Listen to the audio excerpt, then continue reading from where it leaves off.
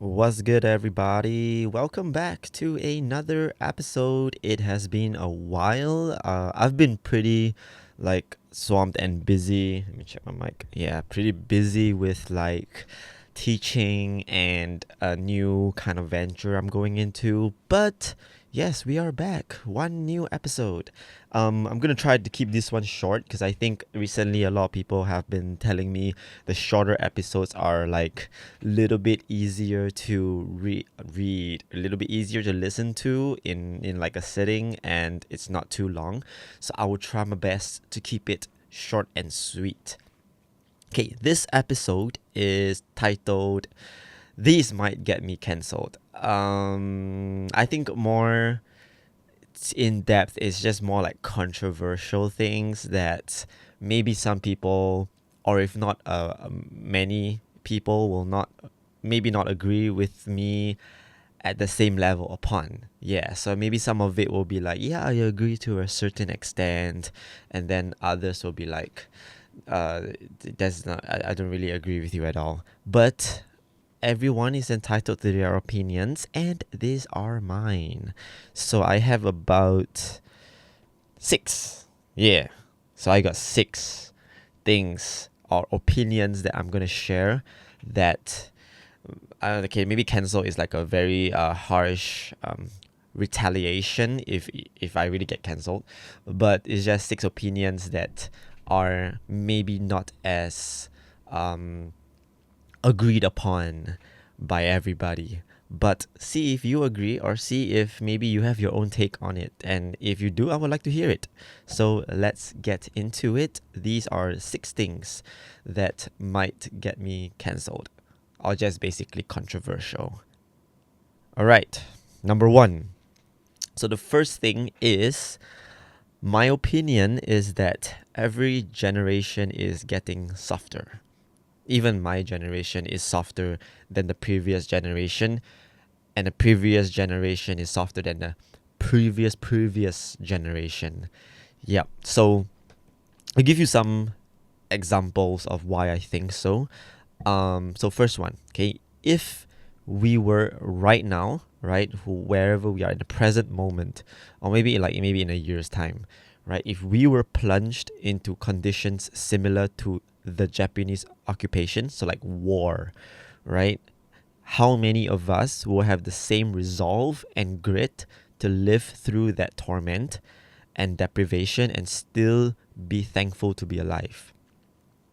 Think about it, okay? So imagine right now you are in a war. I think most of us would just be like very.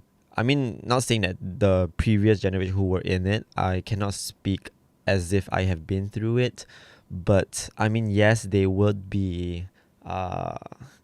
Depressed. Yes, they would be scared for their lives, etc., etc. But I think we can all see a factor in them where they just got on with life, and they just maybe complained, yes, but I don't think they will complain as much as we will complain right now. Or you know yeah, because we have had the taste of like comfortable living, and it's more comfortable than what comfortable was back then, right? Back then we didn't have like luxury or like comfort or like things that make life more convenient. So they would not have been deprived of as much as we would be now if we would go into the same conditions. Yep. So think about all the risks and etc. all the previous generations took to either stand up for what's right or had to endure because there was no other way to get things done. So again, nowadays there's a lot of inventions that make life easier, and there's a lot more platforms and right pathways or structured pathways to get your voice out, which previous generations would not have had access to because it was not there, right? So for example, like a proper chain of command where you can take your grievances up to, or you know things that basically make everyday life a lot easier, like things like getting to where you want to go. You have like actual means of transport. And then when you're doing your job, you have these softwares that will, help you churn out your different things that you need. And back then it was just like, yeah, was just simplicity. You don't have all these, you just got to find a way to do it, and that was the way it was done.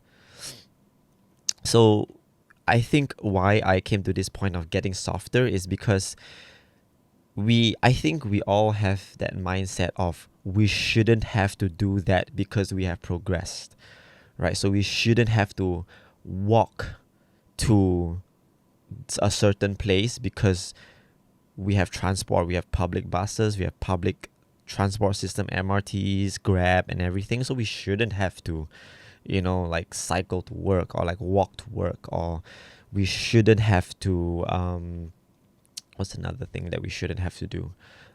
We shouldn't have to do manual calculation, right? Because we have calculators right now, right? So yes, I feel at this point when we have progressed so much, we shouldn't have to, but there is then a line that separates shouldn't have to and will not and would not want to, or cannot, or can no longer, right? So we shouldn't have to, or is it we shouldn't have to, or is it can we no longer do it, right? So we should not have to endure atrocious conditions during war, right?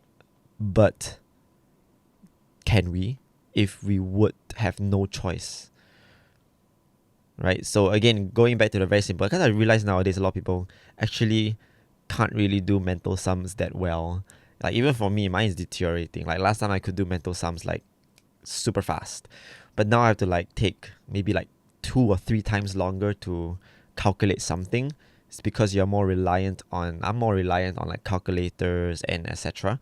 So it's actually a really I should not need to do mental calculations, but I can no longer do mental calculations as well, right? So for example, we shouldn't have to endure corporal punishment, but will you and can you, right? Or we shouldn't have to risk our safety to chase justice, but will you and can you, right? If you think about last time, all the justice movements, like, like Martin Luther King and a lot of the other more, what's that, like very stand up for people's rights, right? They had to endure all of the things that happened to them, knowing that it will happen, and they chose to do it. So you can say for them is that they could, and they shouldn't have to, but they could, right? And now I think it's the point where you see a lot of people not speaking up because they shouldn't have to and they cannot endure it. So the evidence says that the previous generations could and did, right? Or else this country wouldn't be where it was now, right? This country like Singapore, or even like overseas, or all the other different countries, right? All the previous generations stood up for something that they knew would probably come with great risks. So they shouldn't have to, but they did, and they would endure all those risks, right? So for our country, like from rickshaw pullers to parliament, from coolies to scholars, right? All of them had to live a very a harder life basically than what we have now, and they just got through with it, right? I mean, yes, of course they will complain and they would be like, oh, it could have been better, but in spite of knowing that they would endure, like rickshaw pullers had to pull the rickshaws, under the hot sun, right? And they just did it, right? And it's not like, oh, I didn't want to do this. I mean, yes, probably, but they still did it. Whereas nowadays it's like whatever we just feel uncomfortable with, or we know is gonna either have a big risk or it's extremely discomforting, we will just be like, nah, this is not for me. Yep. So we shouldn't have to endure the hardships they endured because we have progressed, right? But is that what we tell ourselves because we know we cannot if we had to? So that is my first opinion, that every generation is getting softer. I will even say I'm softer than the previous generation. And if we don't realize this, I think it's just gonna get softer and softer and softer. Yeah. Anyway, if you hear like my voice is a little bit like raspy and like rough, it's because I spent the whole of last week shouting. Not really, not shouting, but just having to speak very loudly, because I was mainly teaching in like halls, like, auditoriums with like, maybe there's a mic, but there's only so loud a mic can go, right? So I had to like shout a lot. So my voice is kind of like that. Yeah. So I'll try to make it as smooth as I can. All right, number 2. Okay, this one a little bit more controversial and a little bit more pointed. Not pointed, but just more blunt. I would say the word's blunt. Yes. Okay, so number 2. If you take away violence and other immoral actions, everyone is equally right and wrong. So if you take away like violence, right, and other immoral actions like backstabbing and like things that are basically like, number 1, against the law, and number 2, things that might hurt someone else. Yeah, everyone is equally right and wrong. Okay, I think the main umbrella of like violence and other immoral actions is it's a physical action. So things that you actually do. Yeah. Okay. So who we label as enemies are not evil in nature, but simply present an opposing view of our beliefs. And so does that make them objectively wrong? And the keyword is objectively wrong, right? So what I mean by objective is things that even if an alien comes down from outer space and witnesses it, even an alien will say that that is wrong. So it does not need any reasoning for it to be wrong. It's just like anybody, even a dog, can say that that is wrong. Even a bird will be like, that's wrong. Right? So for example, like gravity. Gravity is objective. Right? You don't need evidence to know that there is a force that pulls you towards the center of a planet. That's objective, right? An objective truth is that if you slash someone enough times, the person will die. That's objective, right? So I'll give a very drastic example, okay? And I am just giving an example, okay? If Adolf Hitler, didn't embark on his genocidal quest and did no harm to anyone, but still preached about his opposing beliefs of like why he wanted to do all of that, but he didn't do anything. He just preached it, right? He just spoke his mind and his opinion about it. Will he still be labeled as a monster? So if you say he will still be labeled as a monster, then you and I, we are also monsters, because there is someone out there who opposes our beliefs. And even though we are not acting on our beliefs, just because we have that belief, we are labeled as monsters. Does that make sense? Right? So again, going back to Hitler, right? Hitler, he's a monster because he killed millions of people and did a whole genocidal rampage in the many years that he was in power, right? And that is why he's labeled as a monster, because he did all those atrocious things and more than just murdering and whatever. Okay, but if let's say in an alternate universe, he had the same motives, right? Same beliefs as he does in this universe, but in that universe he did not act on it. He only had the motives and beliefs. Maybe he did, like speak out about it. He's tried to spread his ideas around, right?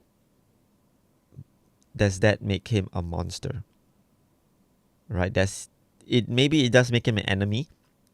And I define enemies as someone who behaves in an opposing way to your beliefs, right? But an enemy is not objectively wrong. They are subjectively wrong because it's just to you they are wrong. And maybe to others who share your belief, they are wrong. But to people who agree with them, they are not wrong. So something that is objective has to be universally agreed upon. So everyone is equally right and wrong if you take away violence and immoral actions. So why I had this thought was because I was just very curious with how everybody has different perspectives of everything. Like, if something is really right and wrong, shouldn't everyone have the same blanketed perspective of whatever that subject is?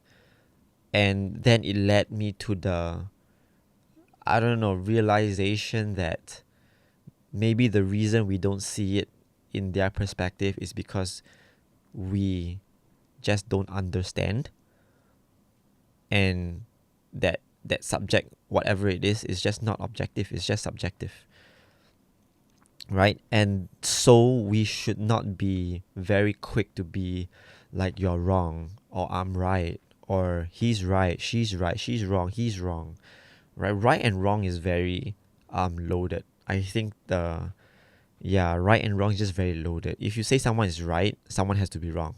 If you say someone is wrong, someone has to be right. Whereas you can just say, that's interesting. I didn't think of it like that. So that kind of opens you up to trying to understand what their point of view is, right? You may not agree with it, but that does not mean it's wrong, or it does not mean it is right. So maybe the whole point I'm getting at is there's no such thing as right and wrong. Like, yeah. So that is my thought. The part that I think that would maybe cancel was my example. So I'm not saying that I support his view or whatever it is. To me, he's wrong. It's a subjective opinion, right? But yeah, I think why did people support? Why did his people support him? Because they thought he was right.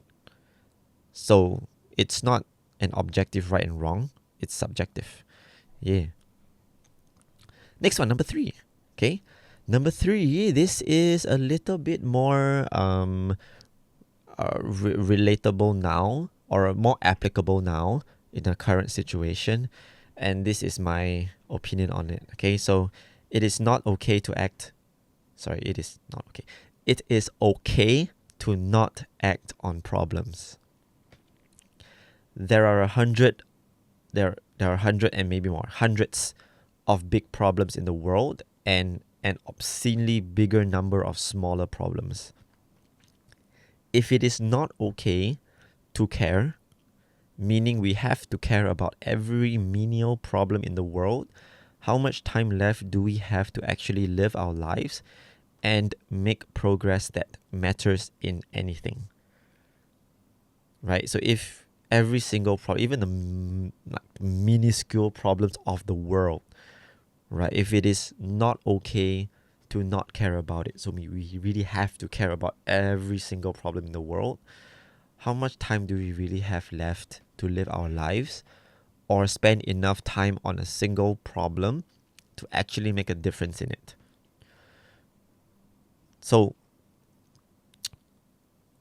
if this issue is not important to you, if let's say a certain problem in the world is not important to you, I think it is okay to not care. Don't take me out of context. It's okay to not care, but it is not okay to be ignorant about it. So still know what's going on, right? Don't be like, oh, that problem does not exist. You know it exists, right? And maybe you know a little bit about it, right? Enough for you to just maybe get an idea of what it is about. But it does not have to be your personality. It doesn't have to be your every single day problem in your mind if it's not important to you, right? So as long as you are also not devoid of the ability of caring. So you have to eventually, you have to be able to care, right? But you don't have to care for everything equally. I'll put that equally. You don't have to care about everything equally, but you still have to care for something a lot, right? Maybe it's just you have not found something within your capabilities to care for yet. Your capabilities meaning something that you can actually do and value add to. Because if I care for 10 things that I cannot value add to, you are, number one, gonna feel very worthless because there's nothing you can do about it. And number two, you have some skills that does not benefit those particular things, but might benefit a separate problem. That because you are so stretched out on these 10 things that you have no time to go and find that one other thing that you can actually value add to. So if it's not okay to not care, name me every single problem, big or small, on this earth, and if you miss out on just one of them, then you are a selfish, heartless human being. So if you are going to come up to me and say you have to care for this problem, this is a very important problem, you must care for this problem. Even if you think it's not important, you must care for this problem. Name me every single problem on earth, no matter how big and small. If you miss out on naming one, then why? You are just as selfish and heartless as me. Because you don't care about it, you forgot about it. So if you don't care about every single problem on earth, then why should I need to? And it's not because I don't want to care about it. It's more of, I know where I can be of value to, and where I can be of value to is not where you can be of value to. So I rather spend my time on things that I know that I can make a difference at, rather than join every single problem solving group or activists or whatever you might call it, and just bury myself in all the problems in the world and not have perspective of the reality of my own capabilities. Yeah. And I'll go as far as to say, those that like call out people on like, hey, why you never speak out on this? Why you never support this? Why you never, repost this and whatever? If then why are you not reposting other problems in the world and just reposting maybe one or two main problems in the world? There are hundreds of problems in the world. And if I don't post what you are posting, why are you not posting what someone else is posting about another problem? So what you are thinking about me is what other people are thinking about you. And then it just goes on and on and on and on, right? So what you are supporting is what you feel you can contribute to. And it might not be what I feel I can contribute to. And hence, I'm not going to spend my time, fighting your battle, because I think you would be more effective in that battle and I will be more effective in another battle. Yeah. So that's my third opinion. Fourth opinion. This one's a little bit more down to earth. Okay, a little bit more less Okay. Fourth one. If by the time you reach the ages of 16 to 18 and you have not learned the prerequisites needed to be great, you will almost be guaranteed to live a mediocre life. So you can have an epiphany or breakthrough in your mid-20s, or maybe even 30s, or even later, okay? Basically, you can have an epiphany or breakthrough any time, right? But unless the magnitude of it is akin to a volcano eruption, like that breakthrough is just like boom, or the epiphany is just like massive, right? You will always be behind the mean of the 2B grades and less alchemic as them. So let me break this down, okay? In case it was a bit mind-boggling. I'm not talking about you have to be excelling at 16 to 18. Okay, you don't have to be the top performer at 16 to 18, right? If you are an elite at 16 to 18, yeah, no need to say already, right? But if only the elites at 16 to 18 can be great in the future, then that's probably a very sad worldview or a sad like horizon to look into. So what I'm actually going for is the prerequisites that you need to be great. Things like your character, your attitude, your values, your work ethic, the things that make someone great in terms of human skill.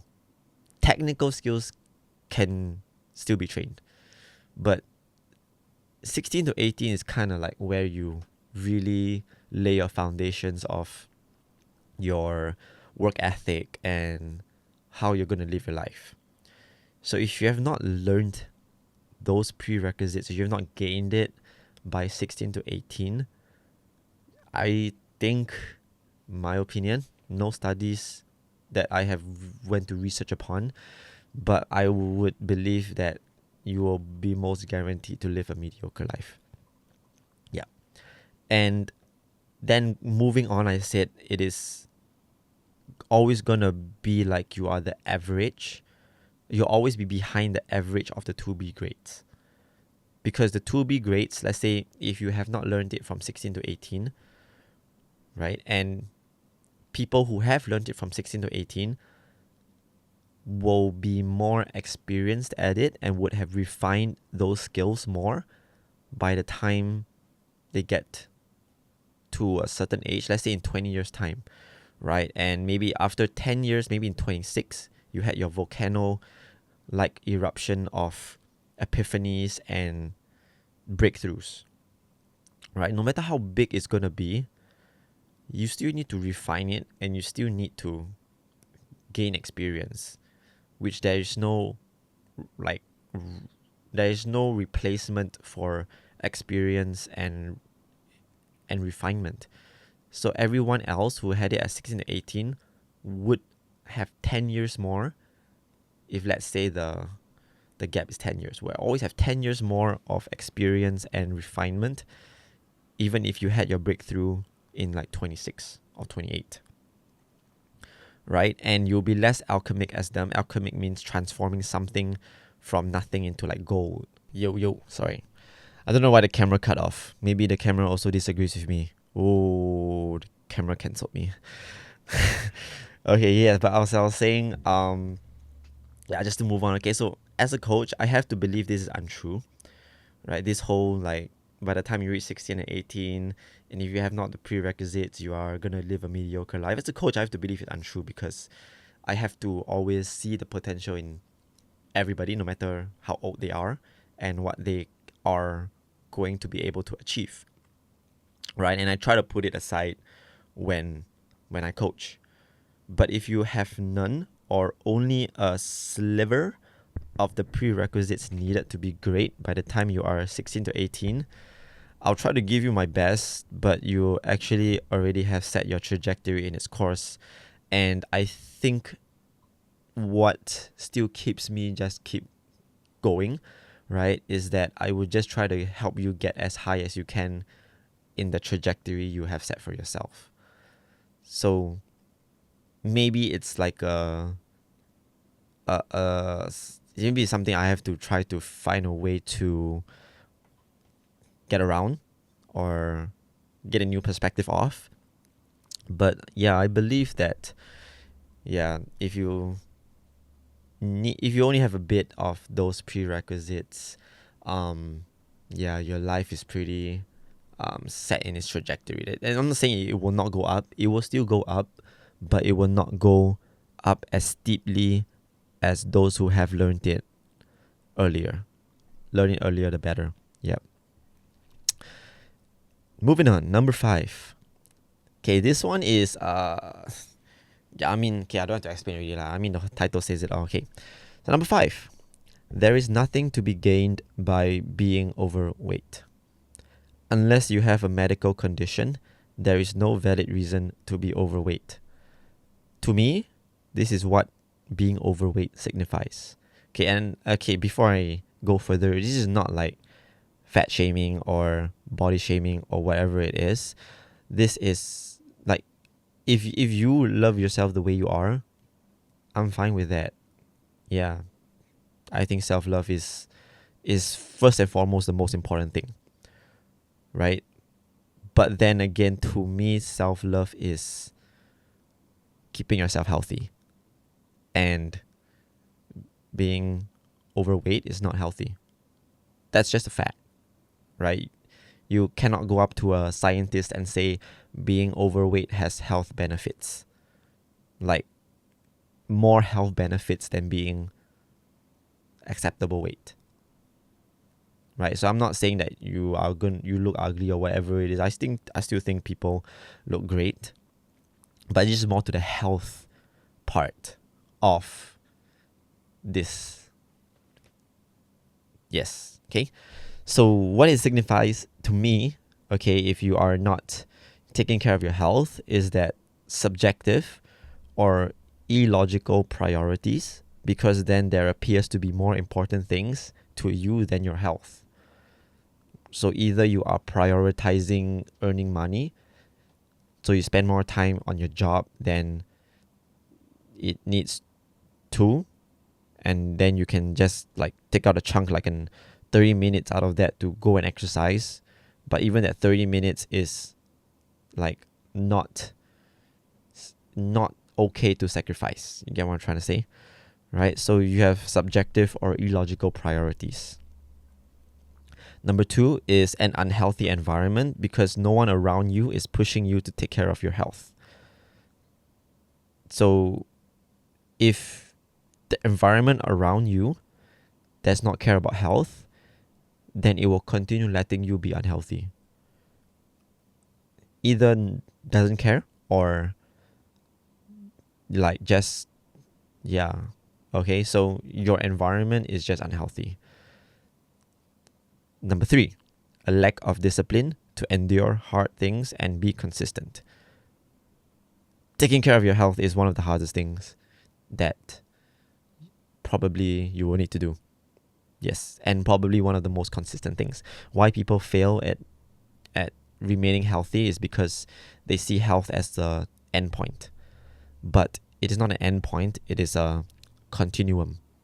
So people go on these diets and they say, I want to lose like 10 kg. They lose 10 kg and then that's the end, right? So health is more of a, how do you maintain your health? Yeah. So number 1, lack of discipline to even first try to become healthy. And then number 2 is not being consistent. So they always go in like very unhealthy waves, right? Like gaining and losing is not healthy as well. So number 4, badly proportioned self-care. So it's either too much self-care or too little, because number 1, to accept yourself as is takes a lot more self-care than being in shape, right? Because it is more psychological, and psychological is always a lot harder than physical. The amount of effort you take to, day after day convince yourself that you are perfect the way you are, and there's no shame in this, no shame in that. The amount of effort that takes, right, from someone who has gone through their share of like mental distress and stuff, it's very tiring. And if I were to compare it to like my 30-minute runs, that 30, it just takes 30 minutes to go for a jog. And if you want to do like mental self-care and like try to accept yourself the way and convince yourself and like whatever, that's like a 24 hours thing over 365 days, compared to if you just do a 30-minute exercise every single day, right? So you have too much self-care, too much mental self-care, not enough physical self-care, right? And if it's the opposite, like too little self-care, then that's probably the reason you're not in shape, because you have too little self-care to go for a walk, go hit the weights for maybe like even just 20 minutes, or do some like light cardio, right? So yeah. And number five, last one, is the inability for long-term thinking, because the amount of complications being unhealthy, right? Okay, I'm going to change the whole overweight to unhealthy. Okay, maybe if I use that word, it's very offensive and what have you, but label it how you want. It's just unhealthy. Okay, so all the amount of complications that being unhealthy brings in the future, like cardiac issues, the cost of healthcare, is simply not worth it, and would make anyone more uncomfortable than the current discomfort of getting in shape. So if you listen to my previous episode, I mentioned that motivation is the avoidance of discomfort. And I even gave this example of usually people who have been around a loved ones or a friend's, medical scare, like they get a heart attack or they get a stroke or some kind of heart disease, they are going to exercise more and watch a diet more, because the discomfort of knowing that they could be in that position overrules the discomfort of the physical feeling of running, or the physical like avoidance and toughness to avoid, or discomfort of avoiding like nice food,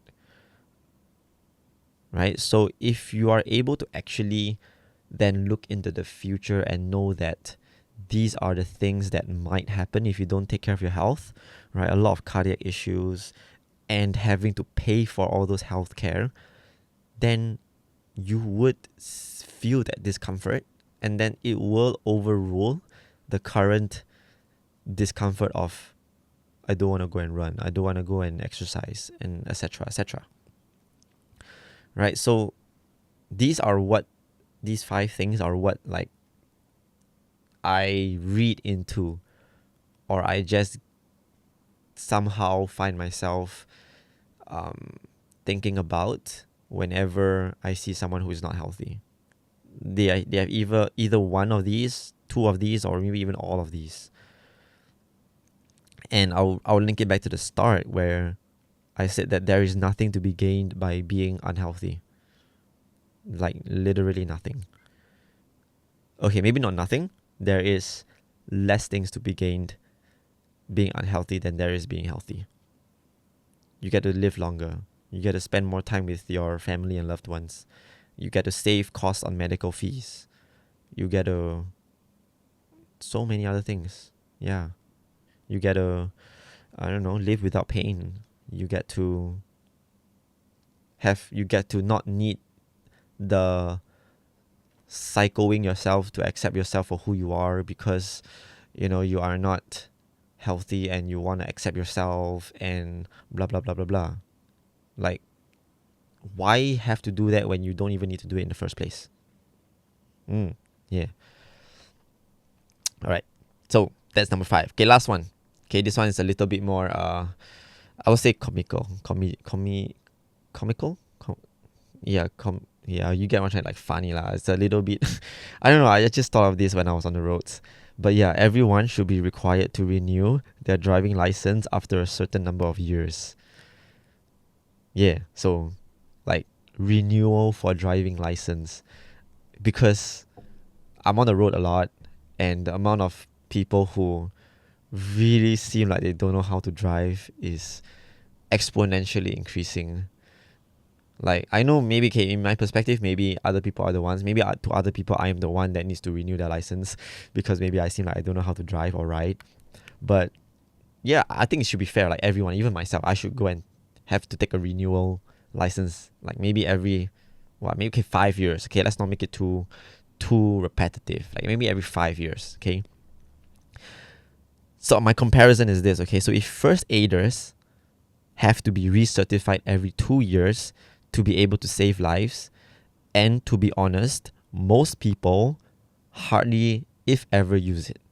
Okay, the ones who really use it are like frontliners, right? First responders, and like those who work with more medical complicated people with more medical issues. Gotta work on my politically correct language. Yeah, if not, I'm really gonna get cancelled for real. Yeah, so most people who then take CPR or first aid certified courses, like for myself, because I'm a coach, I work with kids and it's a physical activity, we have to learn it. And I think all teachers have to learn it. And I think there are a lot of categories that require a CPR or first aid certified certification, right? So the only ones who really, really, really use it are, I would estimate, I'm making this up, okay, maybe 25%. Okay, I'll give more, 40%. Okay, 40% of people who take the course or certification actually use CPR. Yeah, because I think if most teachers find themselves in a situation where they have to do CPR, we would just panic and we would just call for some help, like call 995 and like, hey, yeah, you know. And road users, okay, so in comparison, right, road users should also have to be recertified every few years to prevent loss of life, which people drive and ride more than they do CPR. I would tell you like maybe 90% of people who have a driving license drive or ride or something, right? And we always know prevention is better than cure. So why are we making the cure get recertified more when we can target the prevention of safe driving? Because once you get your license, you have it for life. You don't have to get recertified or whatever it is, right? So if our entitlement to own a car has to be renewed, I say the entitlement to drive a car should also be renewed.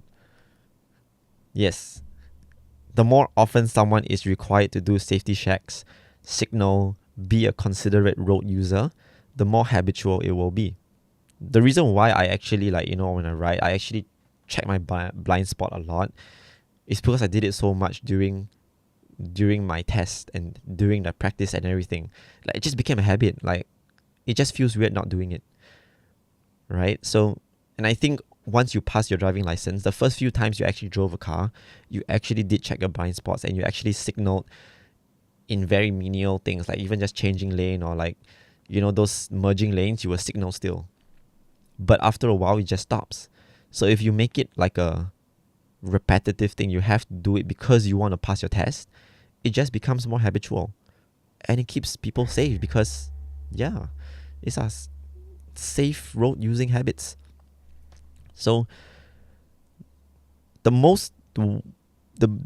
biggest group of people I think this should be for is for people with deteriorating motor functions or eyesight, right? Or whatever will also be kept safe from themselves and others, right? So not to be ageist, but as you grow old, naturally your eyesight will also deteriorate, your motor functions will also deteriorate.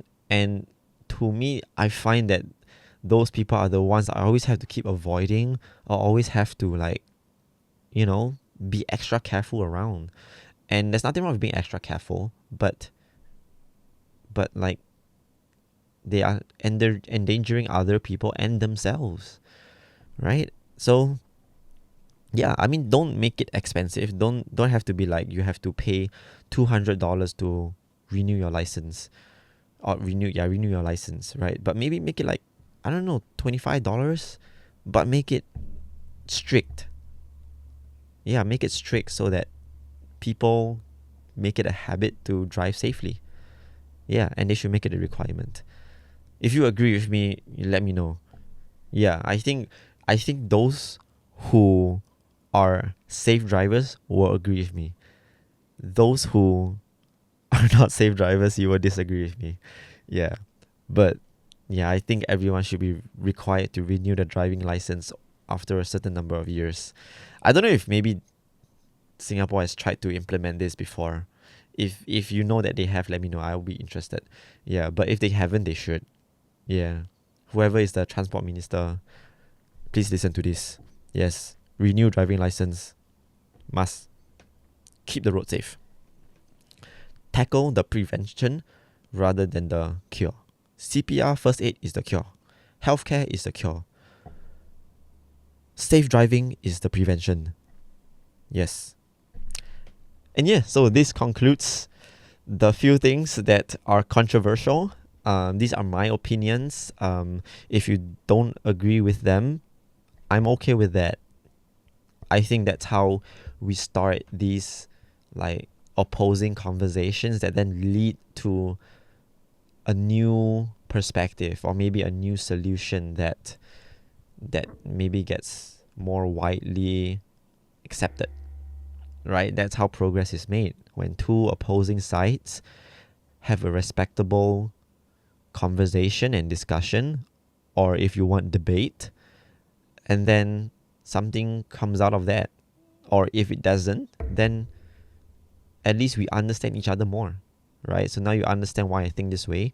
I will want to understand why you think your way, and hopefully we get to, yeah, that's interesting. Yeah, I did not think of it like that. Yeah, so if you have a opposing view, I would like to know. Let me know. Yes, DM me, text me, whatever it is. But thank you for listening, and I should be back to a more regular weekly posting because yeah, the hustle period is like very short now. It's like only this week, next week, and maybe a few more here and there, but I will have a bit more time to let my mind wander and pen it down into podcasts. Yes. But until the next time, thank you so much for listening. Please subscribe if you haven't. Helps the channel a lot. Helps to keep me happy. Because every time I see like a listen or a new subscriber, I'm like, wow, yay. Yeah. But till then, yes, that's all for today. Thank you so much for listening. And this is Ryan Wayne, and this is the One More Thing podcast. Peace.